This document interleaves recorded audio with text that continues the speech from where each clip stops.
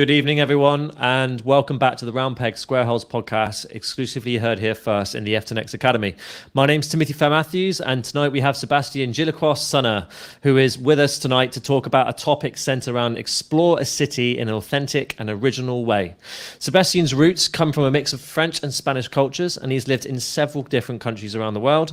He's worked for a large corporation for the last 15 years and had the chance to be a business angel for the early stage companies in parallel. He's had the pleasure of visiting more than 60 plus countries. That's amazing. And an impressive array of iconic world monuments. Through his fascination of bringing people and their talents together, Sébastien has been bold enough to start a business this year during the pandemic, which I'm sure a lot of us are, looking to do again or looking to collaborate with new ventures. So I think what he can share with us tonight is going to be incredibly valuable.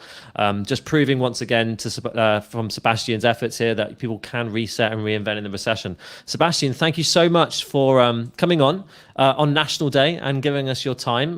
Looking forward to hearing all about your ventures this year. But first of all, how are you, mate?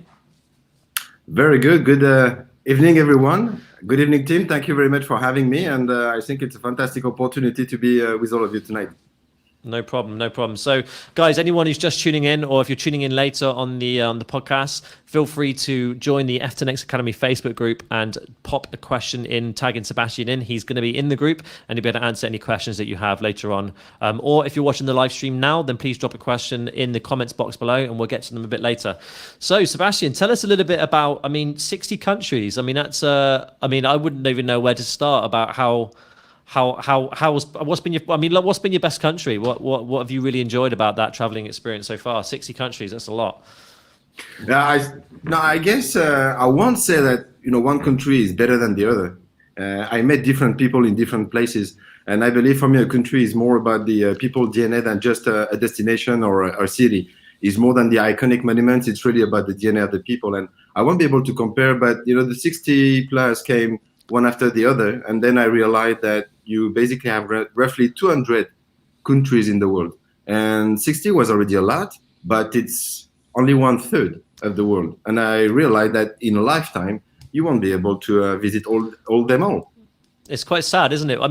Anyone who's traveled quite a lot, you do realize how the world's small, but it also seems incredibly vast at the same time. You just feel like you need to get around and see everything, but you just can't. But 60 is an amazing achievement so far. How have you managed to? How did you manage to find the time for something like that? That's an amazing achievement. I guess it has been very easy for me. I've been in the corporate world for the last 15 years, and I've been traveling around the world. And at the same time, in the holidays I had was about what was the next trip. So I've been visiting, 2, 3, 4 countries a year, depending on the years. Some of them very close, some of them very, far away. And I always ended up with the best experiences linked to the people. But it has been, just normal for me to travel. And I believe that you can travel across the street. You don't have to go far. Especially now with COVID, we all realize that there is something to do around our houses. Yeah, I can imagine you've not been traveling very much this year, have you? Not really, just during the summer. I had a third child, and we really wanted to go back to Europe and make sure that the family could see the child. But except that, it's been very, very local. But still, you must never get bored of it. So what other things are on your list? What countries have you not gone to that's on your hit list, so to speak? Look, we did roughly more than 60. You have 200, so the list is quite long. But I would say that the emerging market world is very fascinating. So it's much more about different areas. I believe these areas are changing every 5 years very fast, like a kind of a Dubai. If you come after 2 years, you would see them very different in terms of architectures, the way people are living, concepts. So that's very enriching. And it's all about discovering new places. And, before to go to a new city or a new country, I would make sure that we've got an Octoos there, because I really want to connect with people. And has always been a challenge. You go to Google, you connect with your friends locally or your network, and you ask the things to do.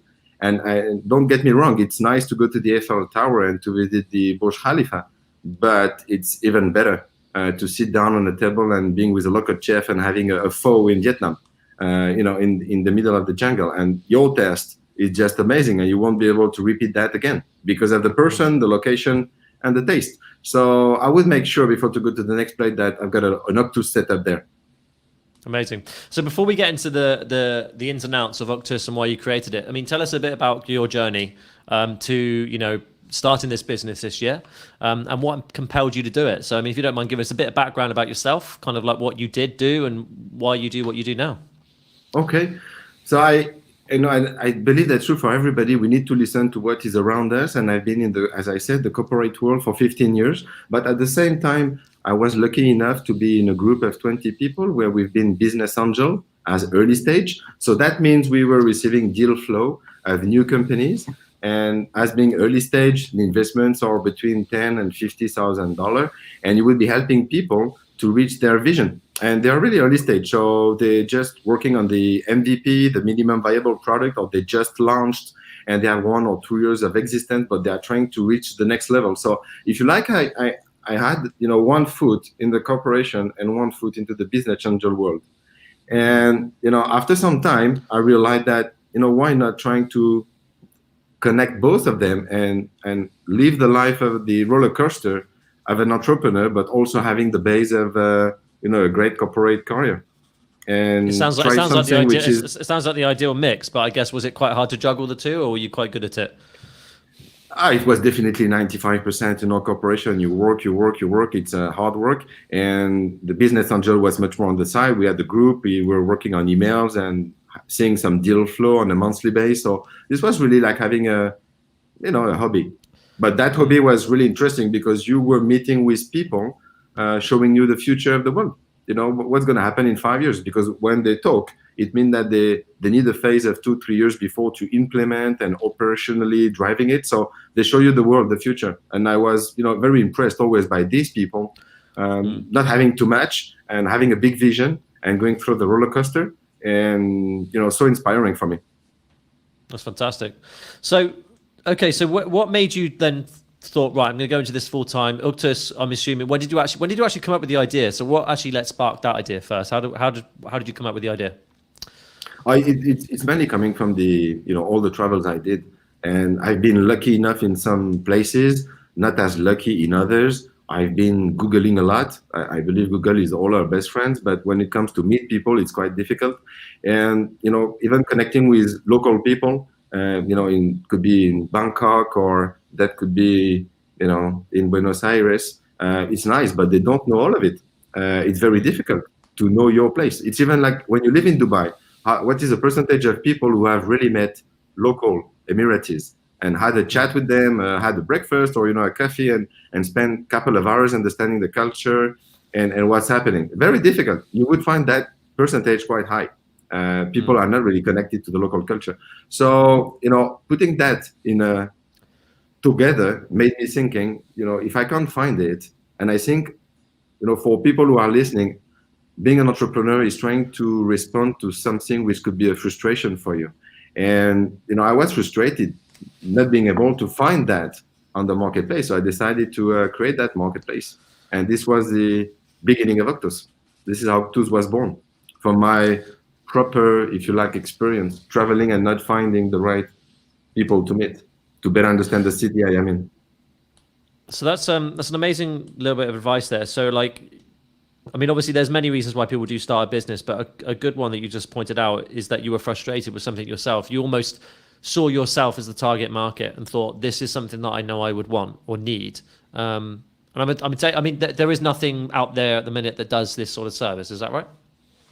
No, correct. You would have different concepts around the world. I believe that we really do something different in regards of how we are putting those experiences together. What we do with Octoos is really by the people, for the people. So we put people first. We believe the platform, the marketplace, is a support to the local talents with passion and expertise to meet explorers. And the explorers, of course, are the residents or the travelers. So we are just a support to make sure that that connection can happen. And we put people first. So that's a big, big difference and the big thing for us. I see. So as someone who's worked as a business angel for years anyway, what other reasons do you think people do start businesses, and what advice can you give to those that are maybe on the fence about starting something now, new, fresh, in 2020 or the end of 2020, going into the new decade? So what could you share there? Because obviously you've met a lot of entrepreneurs and new business owners in your time. So I'd love to kind of know what are the kind of trends that you know with what works, what doesn't work, what makes people tick, etc.? I'd love to know. Definitely a lot of different profiles.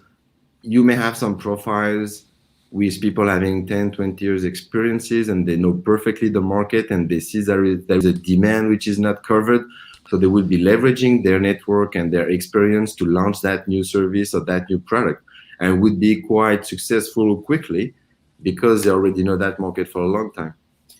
You also have people with a lot of passion, and because something happened in their life, they're willing to support this and move forward. And this is most of the time more difficult, but the passion is there to support them into the growing path. So it's all of the, I would say it depends on what your background is, but those are the two different big ones, the ones with experience and the one starting from scratch. But what is common between both is when you will speak about your project, and for anybody, and I'm not sure who we have in front of us, but for anybody having a project or willing to be an entrepreneur, just please feel free to share it with everybody around you. I don't believe that somebody is going to steal your idea, because everybody has the same idea, most probably in another city around the world. What's happening is the difference is going to happen in the way you execute. Your specific DNA, your plus point, your strengths is coming from your operational execution, how you're linking the dots and how you move forward. So if you talk about this, you would have people coming back to you and say, and reflect on your project. Hey, this is great. You should pursue this and move forward. By the way, this is not really sure. Have you been thinking about this? So by talking to people, this is a way to get your project exposed to the reality before you launch it, and you get basically the same feedback from your customers tomorrow. So feel free to share. It's all about the operational execution, and the operational execution, only you can do it your proper way. That's amazing. So, I mean, we've talked about this a lot. There's a lot of, discussions going on at the minute, certainly in the group and on our podcast, about people seeing data as the new currency for the 2020 decade, where, the feedback and the real-time market response that you can harness is almost invaluable. And that's pretty much kind of like what you're saying here, isn't it? Like, if you can, I think you just said it, like if you can, find a way to get people's comments and thoughts on the idea before you take it to market, that's going to really help, speed up its success and maybe stop you making some really simple errors that most entrepreneurs, I guess, go through. So yeah, that's incredibly true. So like for yourself, did you do that? And did you have anything come back in terms of the concept of the idea that you took and thought, okay, I need to look at this differently? What did you do there? So for my example, we've got a weekly session with two friends. One is based in Panama and the other one is based in France. So you've got that, if you like, three people being based in three different locations. And we call it the Master G. And what's happening is that during 1 hour a week, we all come with our agenda. It's like a board meeting. We don't really belong to, the companies, but we come, we are talking about the successes of the week and the challenges and what our objectives are for next week.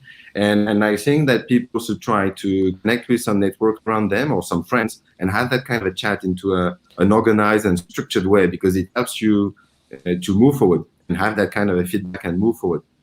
That's one. But I would say number two, in terms of data, you're talking about this, right now when you talk to some entrepreneurs, you may have the feeling that 10 years down the road, thanks to the technology, we would be fitted with exactly what we require at the time we require. So where the value is going to be created, and that value may come from, the people. And so there is that passion economy emerging now in the Silicon Valley. It's quite early stage, still new, but in a world which is going straight into numbers, architectures, and artificial intelligence, the passion economy may be a way to create some new, if you like, value proposition down the road, because nobody can reflect and copy paste the DNA of a person. So that passion economy is very interesting from that perspective. So two different kind of ways to look at it. I do like what you said just now, and obviously earlier where you talked about not worrying too much about people stealing the idea, because you yourself and the way you execute it is unique enough that it can't be taken. in a way, because I mean, it doesn't matter. I mean, there's lots of businesses, for example, that have yet to be created that will that will be, you know, very globally known soon. That will be a complete replica of a service that exists already. Like take Cafu, for example. I mean, it's not a new concept. I mean, it's just filling up your car at home, but the whole way it's been executed has just made it completely, you know, work since the last 12 to 24 months. And I know it's a relatively new business, I guess. Yeah, so it's all down to the feedback you get and the and how you execute it, which is so important. The accountability you mentioned, I think, is quite cool. Like, so how would, if someone's not a part of an accountability group at the minute, like how can you best suggest someone get started with that? Like, would it be friends or family? Would it be, is there a professional entity online that you can join? Like, what would you recommend there?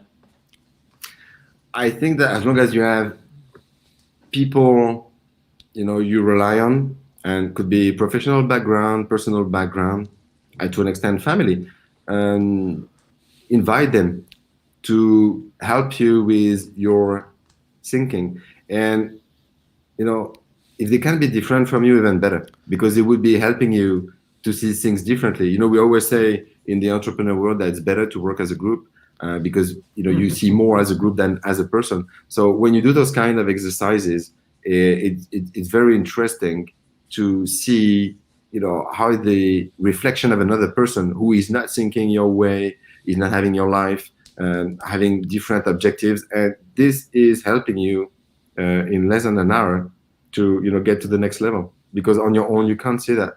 So that the group dynamic you can't replace. And also, just try it once. Yeah. No, it's so true. I mean, one thing I can openly put my own hand up and say is that you do get emotionally blinded sometimes by your own ideas and own business. There is an emotional attachment to it, and sometimes you do need that raw feedback, that third party perspective to just say, look, this is not in line with why you started, or you're doing this wrong, that maybe you would see just because you're just clouded by the day-to-day tasks. I mean, I think most entrepreneurs are in this, and I don't know about people watching, but I know one of the things I've struggled with in the past is certainly trying to remind myself, this is the big picture, this is what we need to be focused on, this is where we need to be driving. It's very easy to get caught up in the day-to-day. So yes, I mean, I can see accountability being a huge factor. It reminds me that, you know, when I started working as a consultant, we met a customer, and he was, you know, huge, doing $1 million of business, and he was growing 20% a year after year. In fact, he consulted us because he was losing money, and what happened is that the more he was growing, the more money he was losing, and he was not having a proper setup to make sure he was making enough money. Maybe the reason for growing that fast too, but, you know, the main point and the main issue was he was growing and not being profitable. And he did not realize, because his field was not finance and background and running numbers. It was much more, you know, sales and marketing and pushing people to the next level. So this is why when you interact with other people, they may definitely show you something you don't see, which is going to be valuable. I see. You mentioned earlier that people kind of, you noticed the trends from all your years being a business angel, that people found businesses either on the experience that they have in the industry or they're passionate. Which one's more effective to be if you are, or is both? I mean, what's the winning combination? Like, because I would arguably say that most entrepreneurs that I meet do have to have that passion, but is that true? I mean, what do you think? So what we learned, in fact, that experience came on board because we had the chance at that time to be young, and in France, business angels were not that well known. So we created the first group of young business angels in France, supported by 5 business angels having a lot of experience. So what we learned is that the business angels are looking at 3 things: who you are. Number 2 is why you're different versus the competition which is happening on the marketplace, and how you make money. So this is why, you know, they call it the pitch elevator. In less than a minute, in fact, in less than 20 seconds, you should be able to convince somebody, because you're going to tell them where you come from. Maybe you are a passionate person, or maybe you're, you know, an expert person, and you're going to tell them why you're different with that service and how you're going to make money. Because you need to make money to move forward. If not, you're closing the business. So this is the 3 things we've been learning. Then what's happening is that as a business angel, and I'm talking about the guys having, you know, the big tickets and the experience, is that they're willing just to connect with some project they like and try to help people to develop that vision. So I think that the 3 points are valid, but overall, as an envelope, you're looking at which kind of vision you're trying to help.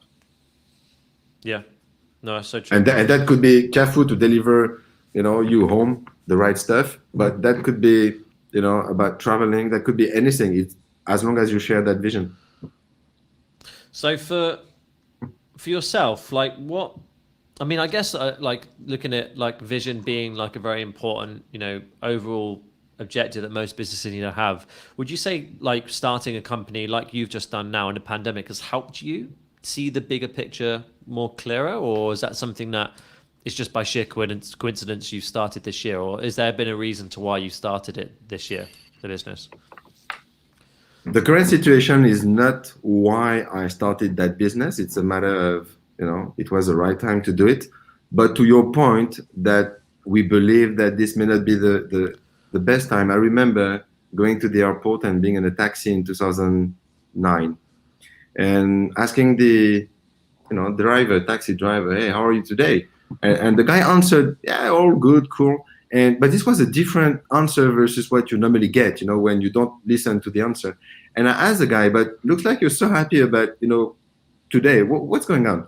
And the guy started telling me, look, in a world which is growing, everybody is going to stay at the same stage and surfing on the wave. You may be able to cross and go to another wave, but most probably everybody is on the same wave.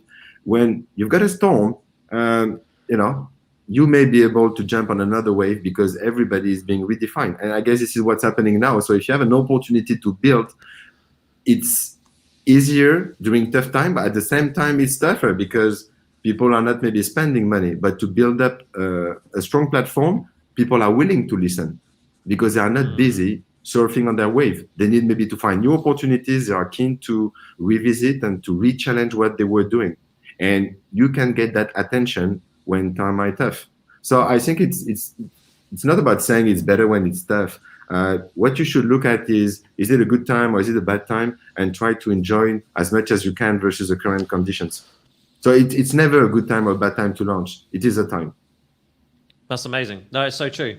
I mean, like, to prove it is even a positive time. I mean, you look at the companies that came from the last crash. I mean, you had Instagram, WhatsApp, like Uber, Pinterest.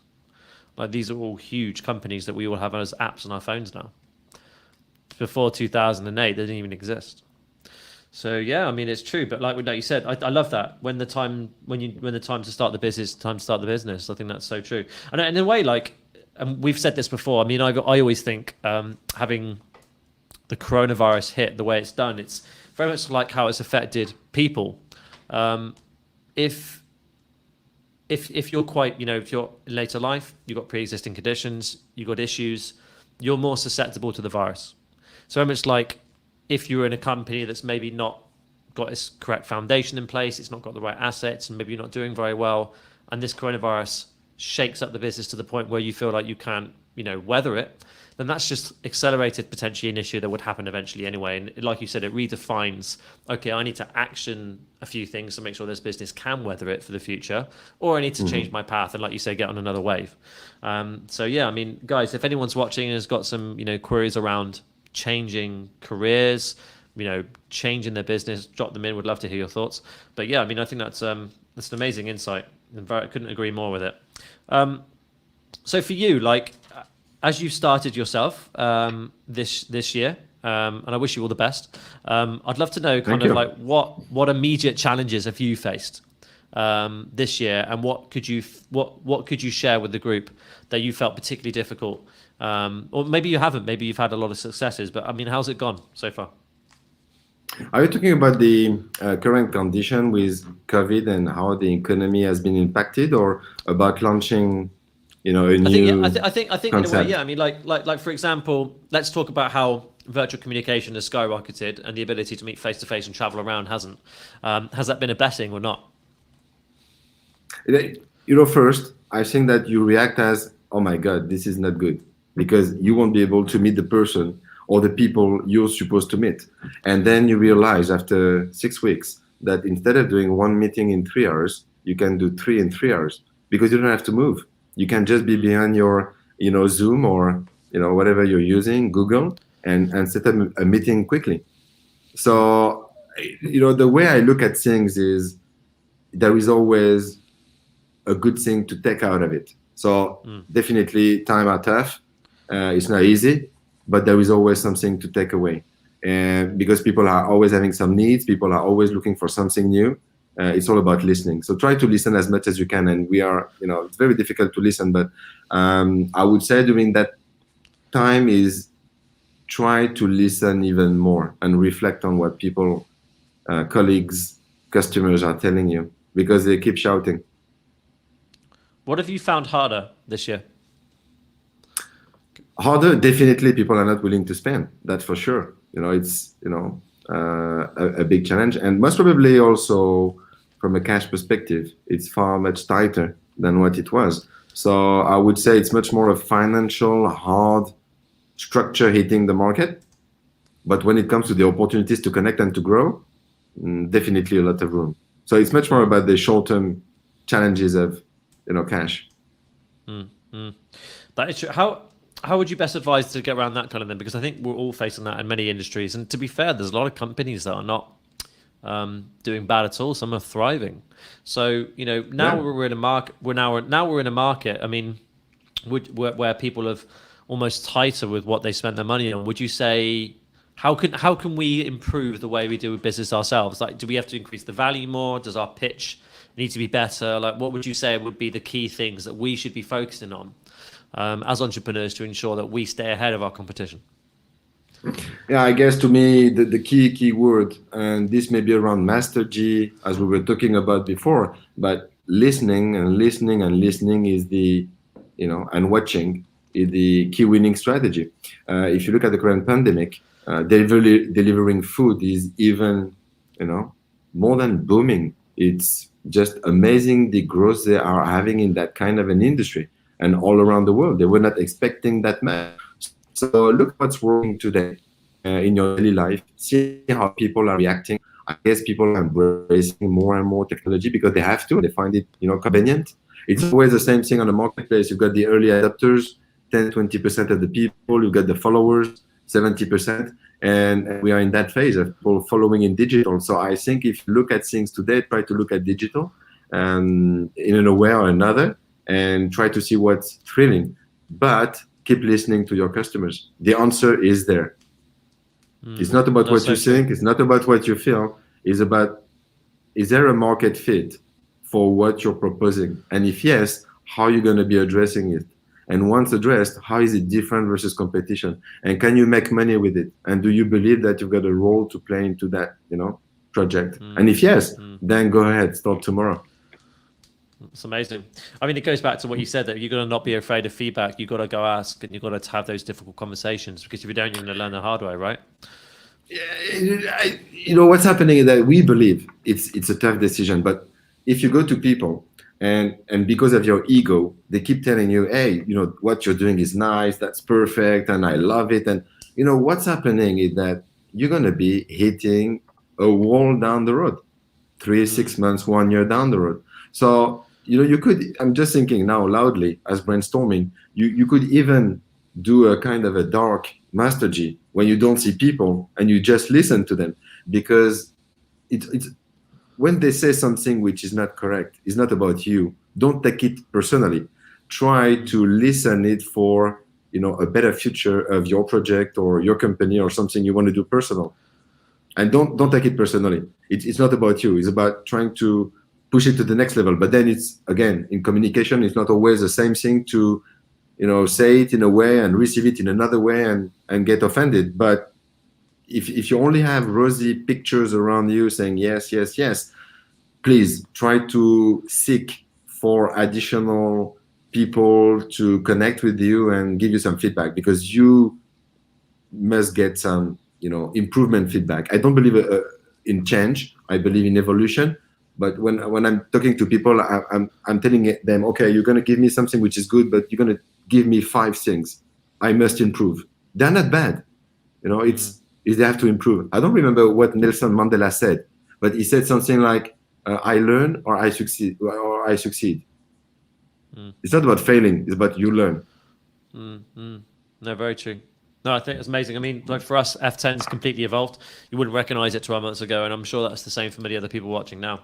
So tell us a little bit about Octoos, and let's go a little bit deeper about this, bringing talent and cultures together. It's a very interesting idea. It's something I found incredibly, unique, and it's one of the reasons why I wanted Sébastien on the show, because I thought what his idea was fantastic and the way he's been innovative. So walk us through a little bit about the brand and what it does. So let's hear your pitch, mate. Let's put you to the test. What's going on? Okay, so I guess you understood where it came from my frustration of traveling and not really finding the right people to meet with, to have a local experience, and Octoos was born. So why the name Octoos? Octoos comes from octopus, and this animal is amazing. It can cut one of its legs to move forward when he's in a situation he feels there is a danger. And I believe that if you don't feel good today, if you're having challenges with the way you do your work, if you're struggling, try to reflect and think about what you're really willing to do. And there is never a good time because, you want to do sport, or because you're going to wait for the crisis to finish, or, whatever. Listen to the people around you and think about what you like, what you love, and try to put it together. You have all those friends and family coming around you and say, hey, you're really good at this. You keep organizing our weekends, or, you keep doing this for us, or, whatever. If you listen, you always have, some people around you telling you what you're doing well. So I believe in that octopus philosophy. Try to move forward and do what you're made for. Don't try to do something different. Maradona, I was discussing with Tim before, was very good with his left foot. And he had two trainers. One told him, we're going to be working the right foot, which was okay. And then you got the second one who told him, we're going to be making your left foot even, better.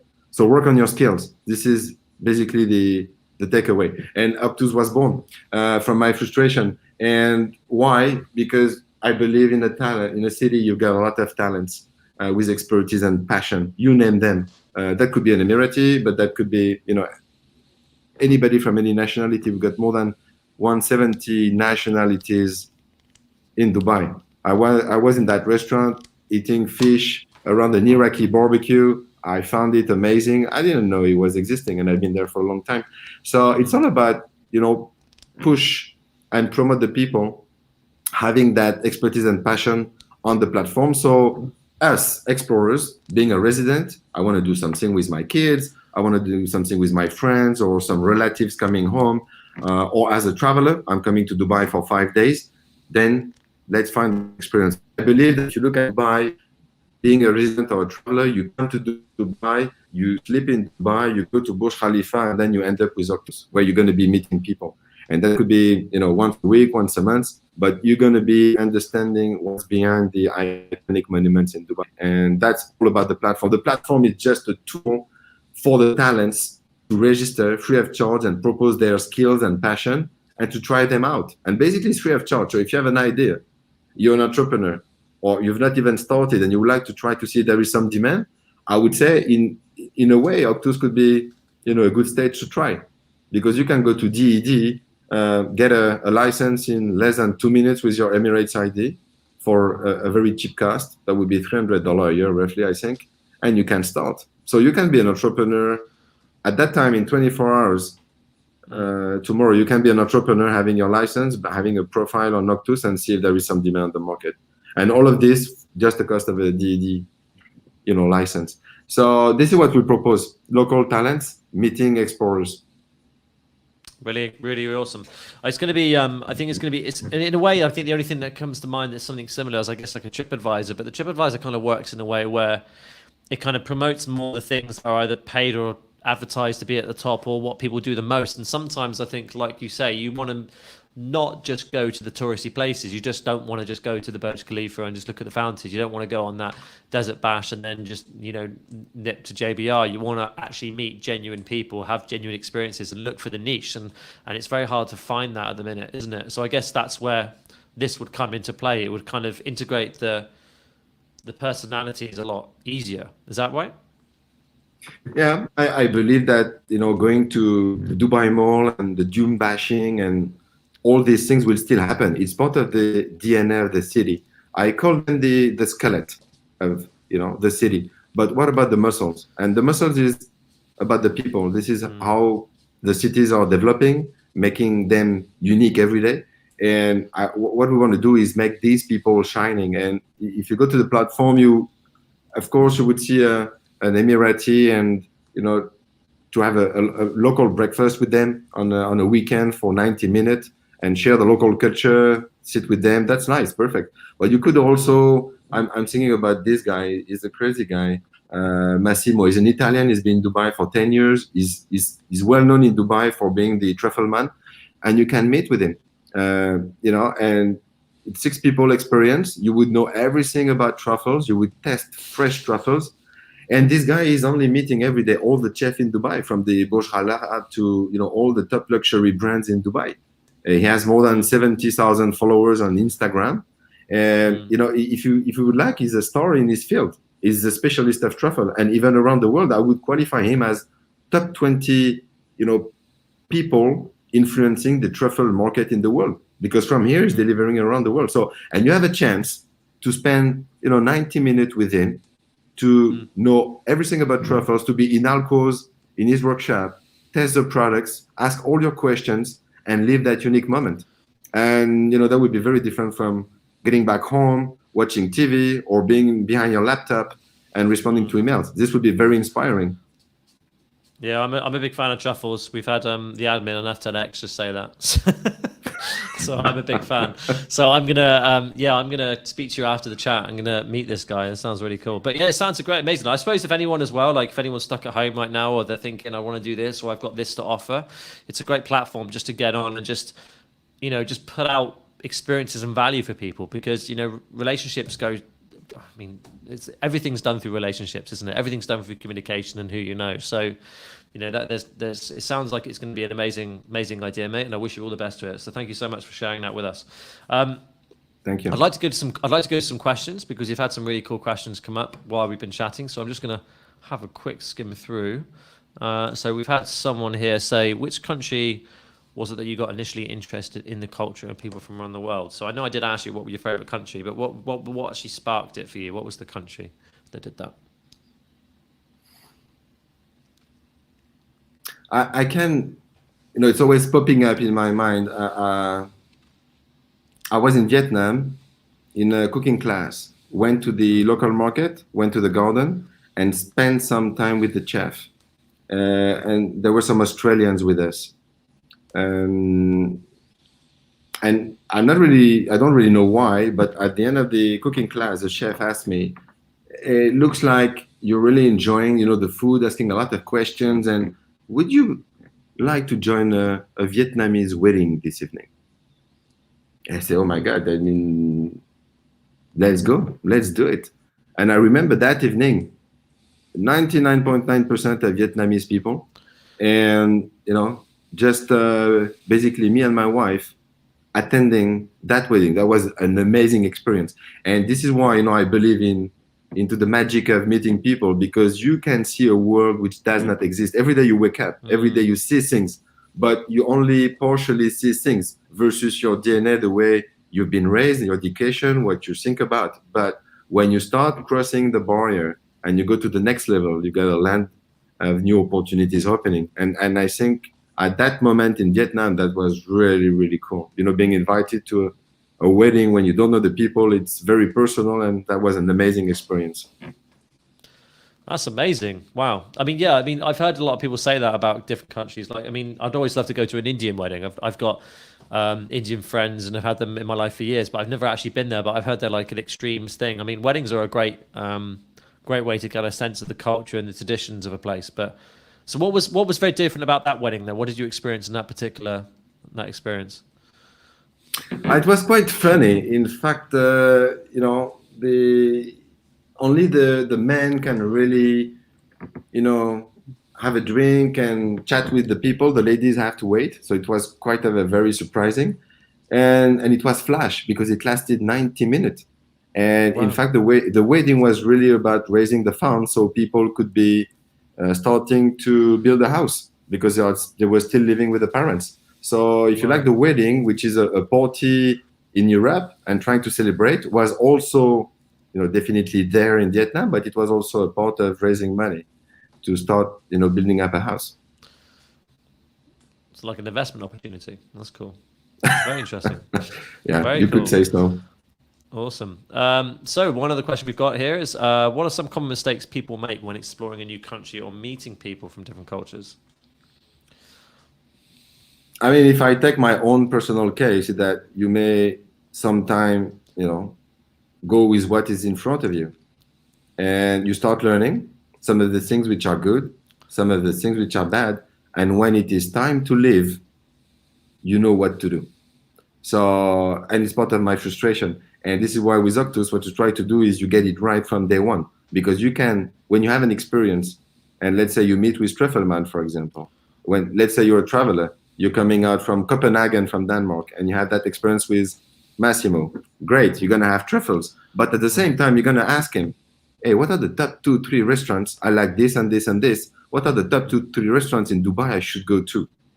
And you have somebody who is an insider in that industry, and he knows, all the chefs in Dubai. So of course, he would recommend you the right places to go to. So I would say the common mistake we make is that we don't have enough reliability on the decisions we make when we go to a new place. But if you can rely on people, and this is what Octoos is trying to do, then most probably you will have a great experience. You will connect with somebody, but you will also have a lot of tips on what to do next. True, very true. Got an interesting one here. We've kind of touched base on it already, but let's pull it up again. What's the biggest challenge you faced having to change up and start your business during the COVID crisis? I mean, you said there's no right or wrong time, but what I guess has been a particular challenge for you, just recircling back to that? I would say keeping the ball in the air. You got so much to manage, so much to do. We had a third child during COVID, 2 kids not going to school, all online, launching a business. My wife is also an entrepreneur. She's, leading an online media for French speakers. And, all together, I think the main challenge has been, try to keep the ball in the air. And what you learn is to try to go straight to the point and move forward. You don't have time for diffraction. You can't go left and right. You need to move forward and make some calls. But it has been really, really tough. But we learned a lot from this. No, it's true, but it's going to make you stronger, isn't it? Because if you're effectively doing business one hand behind your back and you're doing okay, when you've got those 2 hands available, when things open up a bit more, it's going to be easier. So yeah, it's true. Got an interesting one from Chassis here. Chassis, what do you think is essential when setting up a company that specifically deals with services in a different country? So you're mentioning you're setting up this company, and it's going to kind of bring other cultures and experiences from other entities as well. Is that going to be quite difficult for you? I guess this is targeted more at you as a business owner here. So what advice can you share there? I would say that the service industry is far much easier than the product industry. You don't own stocks, you don't own properties, you don't have that challenges about financing and requiring a lot of cash to hold all of this. And you can start small and from scratch with services. So I believe services is a fantastic industry to be in. It's still 2/3 of the worldwide GDP, big picture. It's not that digitalized as products are. We all know Amazon and doing really great, and that from the product side. But from the service side, it's still a very fragmented market. And if you're willing to look at this market as an entrepreneur, from a financial perspective, it is far much lighter and easier versus products. Would you say it's arguably though harder to systemize, because obviously human nature at its best can be very unpredictable, and something like products, you don't have that issue. I mean, we're a service-based industry, and there's some times where you think, oh God, the grass is always greener. I wonder if it would be like, if we had a product, it'd be much easier. But then again, like you said, you don't have those kind of expenses, and for that to work, you really need the assets behind it, which takes time to develop, and money. So I guess it's, from that perspective, you may require a lot of time to discuss services, but as a big picture, you could say that if you go as customized services, of course you're going to start entering a niche market, and maybe your prices are going to be higher versus what the marketplace is proposing, but this is customized.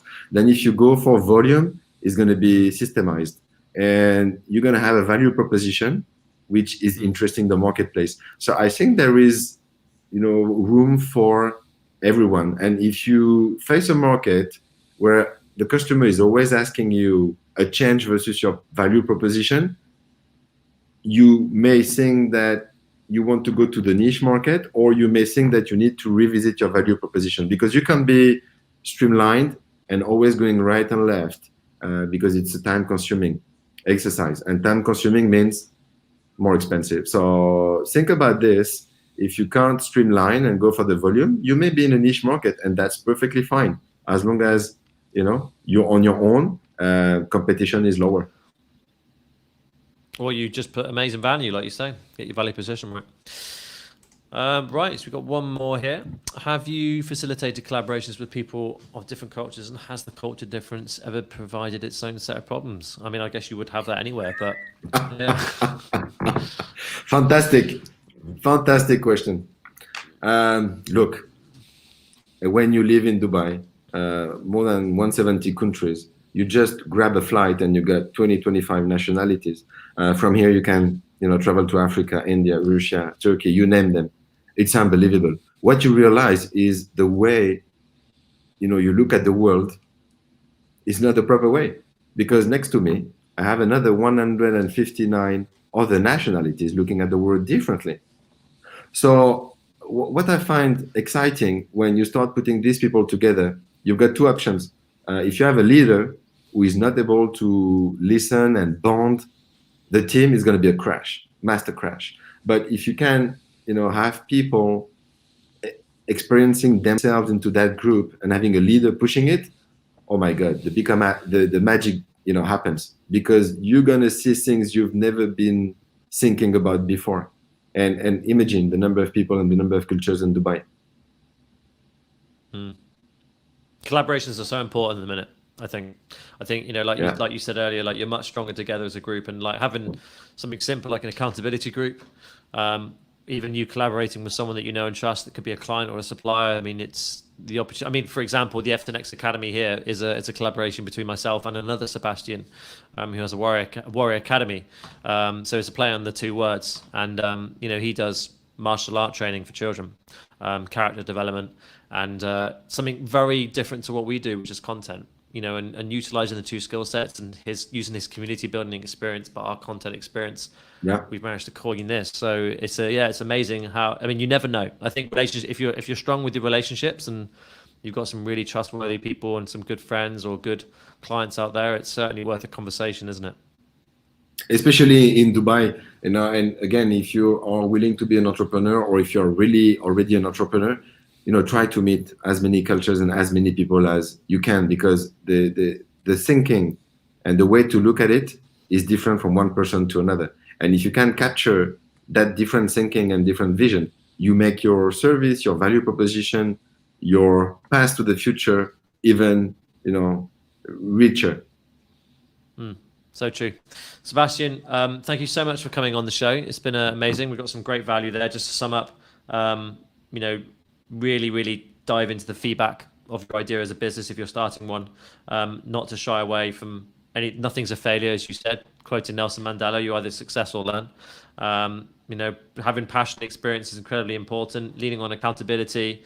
There is never a right or wrong time to start a business. There's just the time when you think it's right and you just do it. Amazing. Thank you so much, Sebastien, for your time.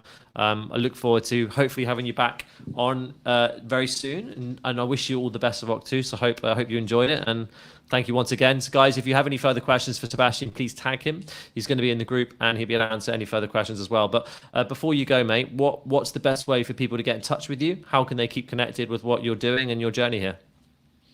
They can connect with us on octoos.com. All the details are there. And also on Instagram at Octoos Experiences. We are very digital and connecting with people quickly. So that's the best way to connect with us. And also I will be, into the group, so people will be easily able to reach me. And if I have, one last thing to say is,